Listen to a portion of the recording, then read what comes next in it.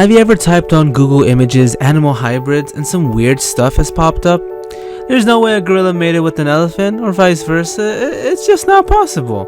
But still, animal hybrids do exist in the world, whether it's through pure animal love or with human intervention. This is just another list bringing you 7 amazing animal hybrids. If a male lion and a female tiger got together and decided to mate, their offspring would be a liger. If it was reversed with a female lion and a male tiger, it would be a tigon, and both of these hybrid animals are very different. Ligers are the world's biggest cats, being larger than their parents.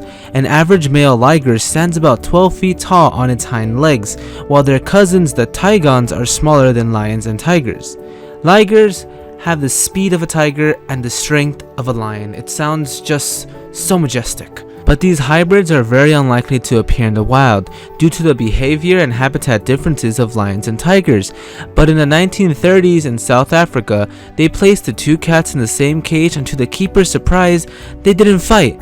They made sweet, passionate animal love, and that's how the first liger was made. But since these are hybrid animals, ligers and tigons have a low fertility rate, but some females have been known to produce an offspring by mating with a full lion or tiger. On the other hand, the male ligers and tigons are totally sterile. Their swimmers can't swim. It happens to everyone.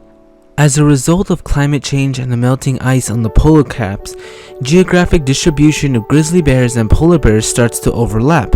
When these 2 bears mate, they create a hybrid known as growler bears or pizzly bears. Their first growler bear sighting happened in 2006. The hybrid is slightly smaller than the polar bear, but much better adapted to the warmer climate. These hybrids have thick, creamy white fur with brown patches, a strong body, and large claws on its feet.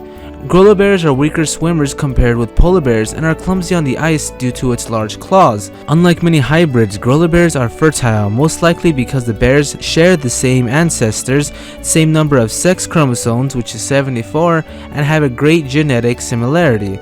But there are some concerned people out there that believe an increased number of growler bears in the world can accelerate extinction of the polar bears due to the decrease in the number of genetically pure polar bears. What do you think? Is it okay if the future didn't have any polar bears, or should polar bears continue to mix? Let us know. Zebroids. Kinda sounds like an android zebra, but it's actually a cross between a zebra and any other horse-like animals. They rarely occur naturally and are typically the result of human intervention, but in South Africa they are known to occur naturally in areas where zebras and donkeys are found in close proximity to each other. Which brings us an offspring known as zonkie. Yeah, zonkie.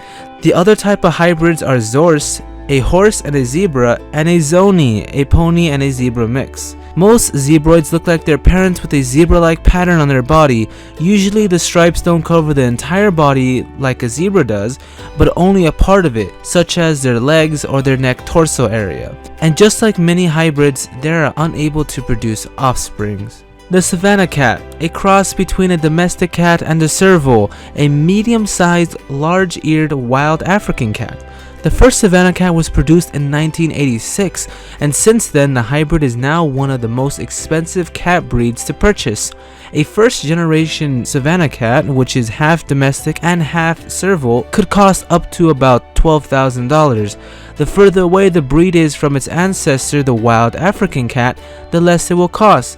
So 4th or 5th generation Savannah cats cost a lot less. First generation Savannah cats are very difficult to produce because there is a significant difference in sex chromosomes between the 2 cats. Pregnancies are often absorbed or aborted, or the kittens are born prematurely. Like many hybrids, the male Savannah cats are sterile until the 5th generation, but females are able to produce offsprings from its first generation.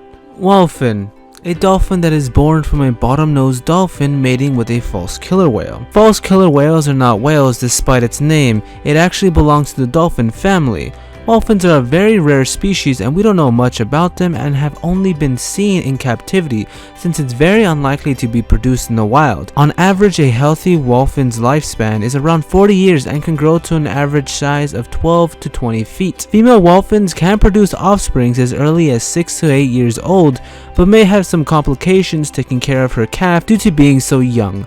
But as a female dolphin matures, these complications seem to disappear. What do you get when a camel and a llama mate? A cama. A cama is a hybrid of a camel and llama and was produced through artificial insemination. The goal of this creation was to produce an animal capable of higher wool production than a llama with the size, strength, and temperament of a camel. Poor cama. Its whole life is based off of being a product. The horrible named beefalo is a hybrid of a buffalo and a cow. The hybrids are more disease resistant than conventional cattle and resistant to the extreme cold and extreme heat. Beefalo, unlike other hybrids, are fertile and produce offsprings, but the main reason for creating this hybrid was due to consumer demand for humane raised, all natural, hormone free and antibiotic free beef. Couldn't we just not put hormones or antibiotics into our cows now? Or is that asking too much? But that is all for today. Thank you for watching. Please subscribe to get notified when we upload future videos, and remember to leave a like if you learned something new. Until then, this has been Just Another List. Have a nice day. Imagine that, the doll with its plushy arms around your neck. It must have been pleasant.